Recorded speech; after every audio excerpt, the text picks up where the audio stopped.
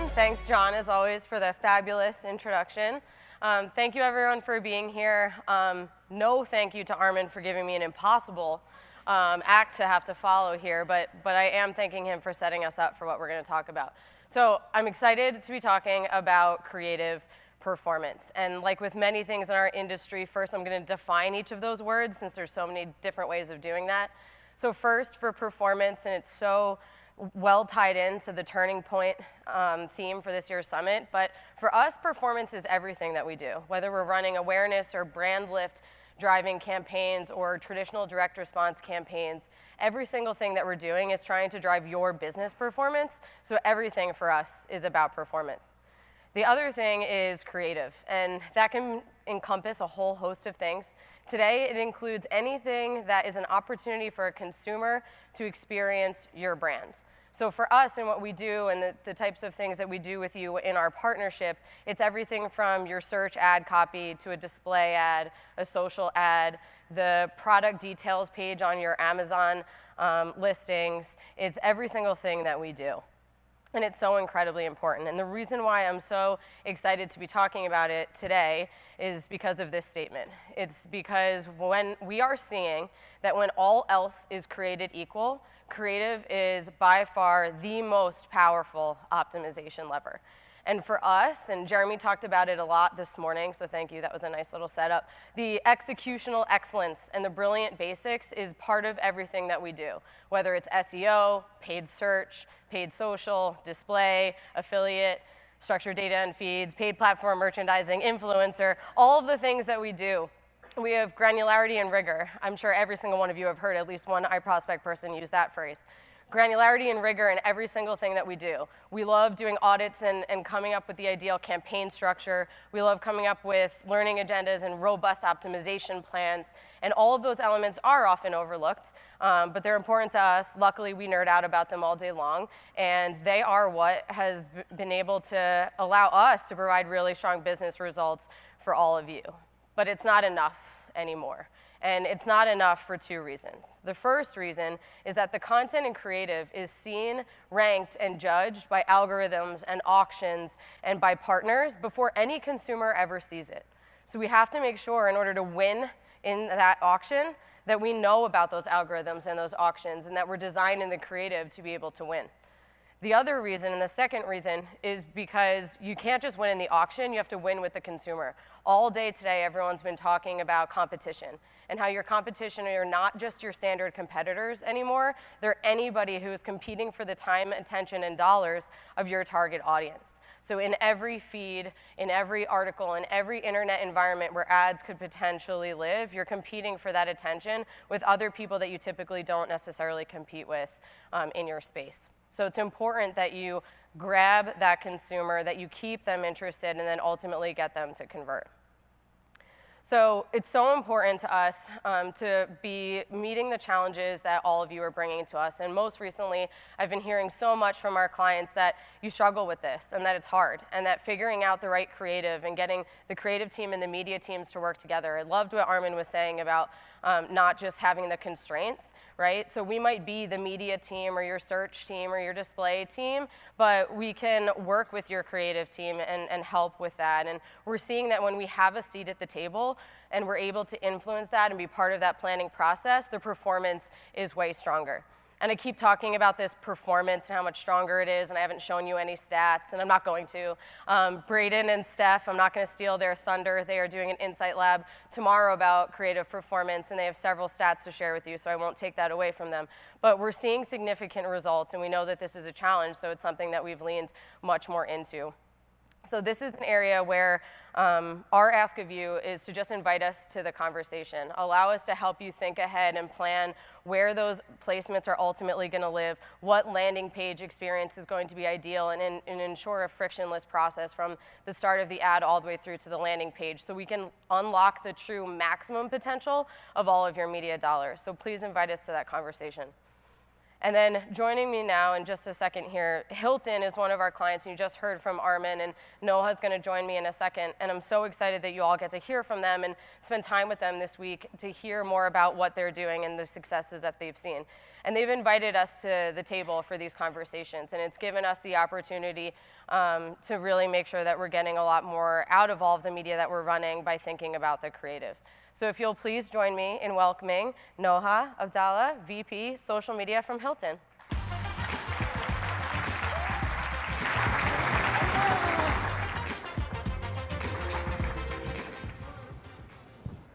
Okay, so I think everyone's familiar with this format, right? We've been doing this all day. So we're going to do a bit of a fireside chat.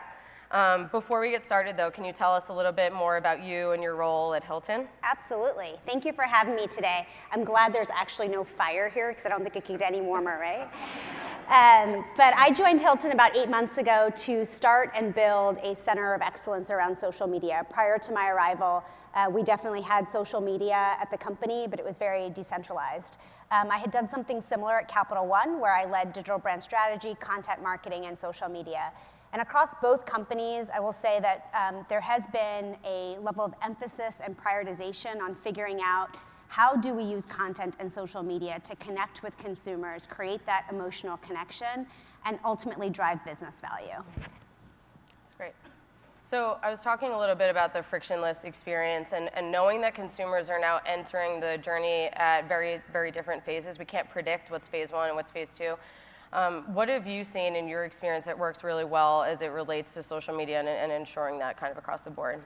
Yeah, so as many of you know, there isn't just one customer journey, right? Customers are coming at your brand, experiencing your brand through a variety of channels and touch points. And I think what's really important is to make sure that the creative that we put in front of consumers is working together, right? So each channel plays a little bit of a different role, but the consumer doesn't know the difference between my team and Armin's team and the iProspect team. They're experiencing our brand as one. And I think oftentimes we, as marketers, go to market the way that we're organized kind of internally, right? So there's an acquisitions team, there's a brand team, there's the people who are trying to drive engagement.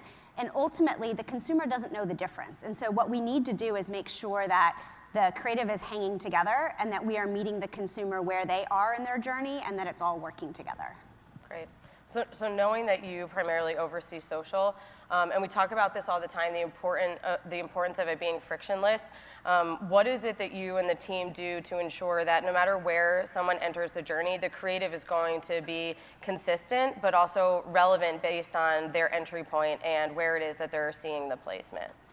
Yeah, so building on what Armin shared earlier, I think core is figuring out what's that central idea, what's the customer insight that's going to drive that core creative concept that then is going to tie all the channels together. So in the example of our Book Direct campaign with Anna Kendrick that many of you have seen, I hope, we really worked hard to figure out what is that customer insight that's going to drive this campaign. And it came down to the fact that consumers are expecting less from the travel industry. They trust us a little bit less. They think they're not getting the best deal. In general, their expectations are down. And so what we wanted to do as Hilton was show them that they could trust Hilton and that with Hilton you could expect better and we will deliver a better experience. We put together a campaign that, yes, has Anna at the heart of it, but there are a lot of assets and a lot of creative channels where we didn't use Anna. And the important thing was that it all kind of hung together. So from a creative look and feel to kind of making sure that the messaging is all tied together around the price match guarantee and expect better, expect Hilton, that's what allowed us to kind of have all of these channels working to deliver that message to the consumer. So we've been talking a lot about measurement and accountability, KPIs. It's come up in several sessions today. So knowing that we need to keep the creative, I mean, it's our opinion at iProspect, and you'll all hear a lot more about this tomorrow, but we feel like creative really needs to be held just as accountable as all other media, and the same metrics whenever possible should be used. So what are some of the things that you do and that the teams do at Hilton to ensure that that's the case? Yeah, so many of you have had this experience, but people will come to you and say, I want to do XYZ tactic, right? Or I want to be on XYZ channel. And our job is really to back people up and say, okay, wait a minute, what is it that you're trying to achieve from a business perspective, right? And we can come up with what's the right creative, what's the right media plan that goes with that, but really we need to know for the sake of what are we doing this initiative, right? And I think what often happens is that we find ourselves declaring a media KPI, right? So in the example of, oh, we want to drive awareness. Okay, great, we're gonna go after reach in our social channel, for example. I think that's fine from a media optimization perspective, but ultimately, before we spend a single dollar, we need to know how are we gonna measure the business impact. And so in that example, we might decide to do a brand lift study. But really, the overall objective is to make sure that we aren't just trying to kind of isolate the impact of one channel, but we're really trying to measure kind of multi-touch. What is the series of channels or the series of content that someone encountered that led to that outcome, that business outcome that we're trying to drive? That's great, and I think that's very in line with a lot of what the panel was saying earlier about the importance of integration and figuring out how to do that better in a smarter way. So we also talked, and the whole theme of the summit is brand and performance and how we're at a turning point. So how does Hilton and how do you and your team look at brand and performance as it relates to media accountability and KPIs and measurement?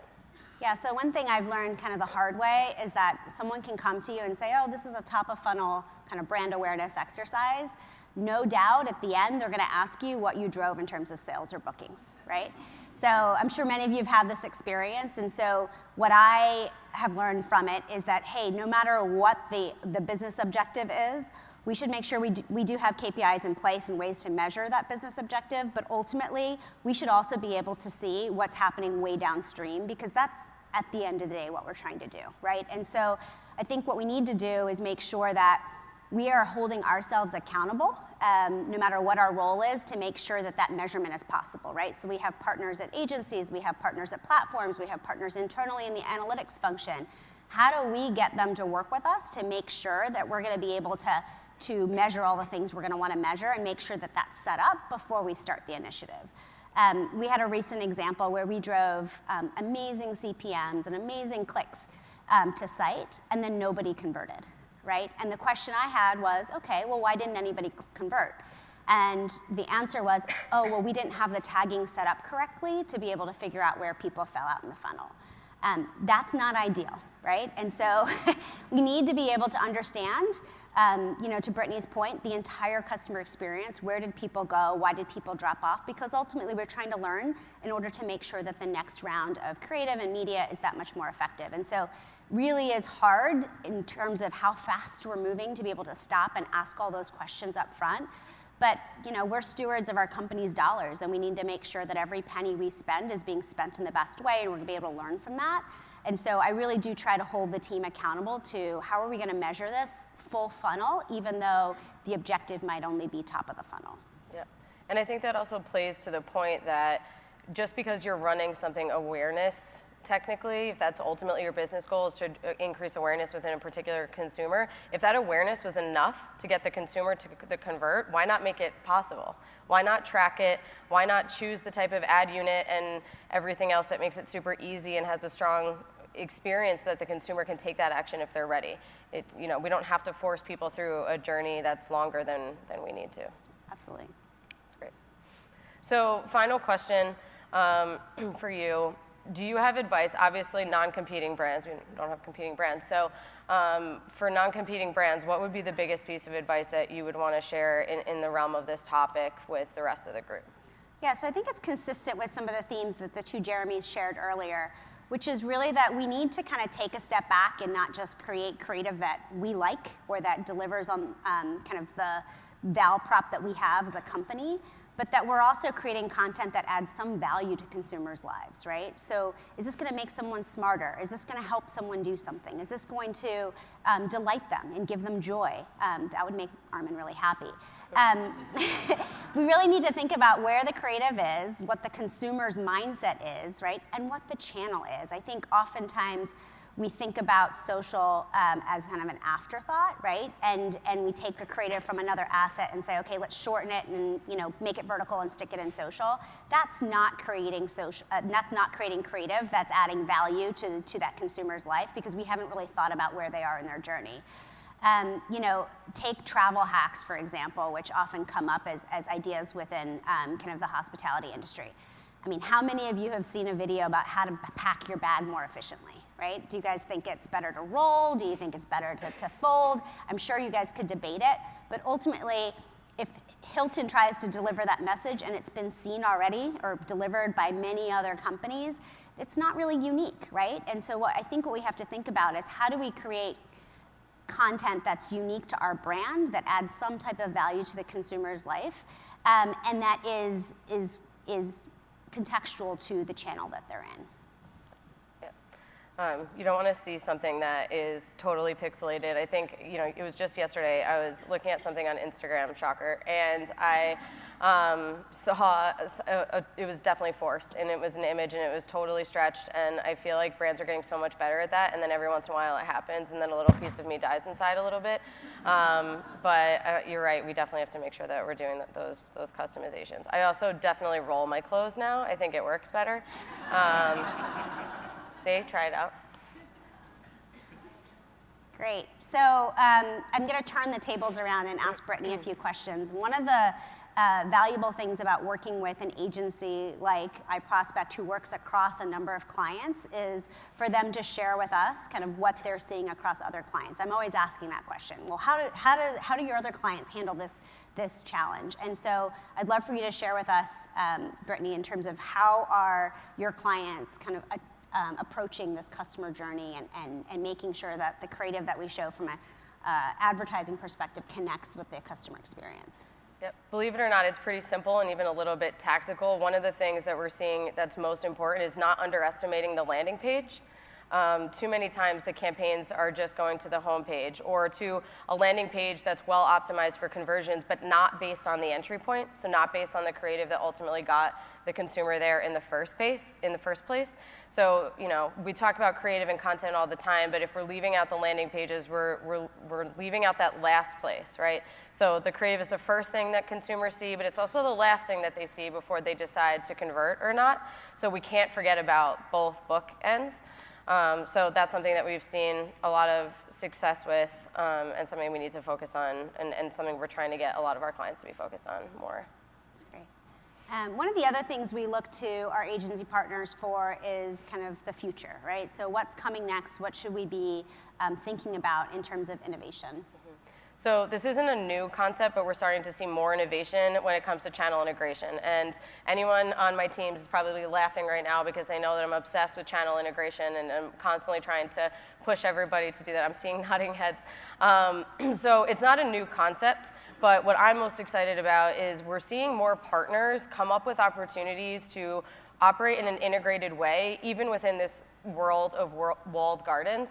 Walled gardens have traditionally been our excuses. I feel like what Armin put up on there were excuses before of why people aren't doing better work, and another one is that we live in a world of walled gardens, but there are other things that we can do to still be better at channel integration. And some of our partners, I mean, even just recent conversations I've had with Pixability and Unified and Undertone, and no, none of them paid me to say that, are about them wanting to know from us and us representing all of you at the table about what it is that you all need and want in order to do a better job at whatever KPI it is that you're trying to drive. And we're seeing the ability to not just report on every platform in one place, but also create audiences in one place, and to have better ways of activating against the same audience in similar places and using the same metrics, right? So we're talking so much about these metrics, and not every platform partner or engine uses the same metrics or same definitions, so it's up to us to figure out how we want to define them and make sure that as we're ingesting the data, it's coming in a way where it's being defined the same way in every channel. So I think we're definitely keeping our finger on the pulse of all the partners who want to play in that space, because that's where we want to be too, because ultimately we think that that's what's going to help drive performance. That's great. Great. So we want to take some questions from the audience, if anybody has any. There's Gab over there with the mic, if anyone has one. Katie, too, over there.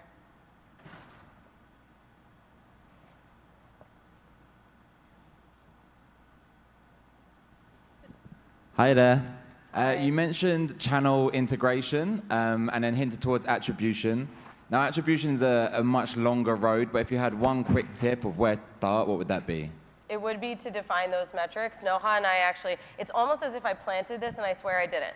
Noha and I actually, one of the first things that we worked on together when Noha came on board to Hilton was putting together a framework of what are our ultimate success metrics, obviously bookings. But besides that, what are the ultimate success metrics for each larger business objective that Hilton has, and then what are the campaign metrics or the optimization metrics? Because we can't always optimize or track in real time what those ultimate success metrics are, so we have to make sure we're aligned on what we're optimizing toward and what we're ultimately trying to get to.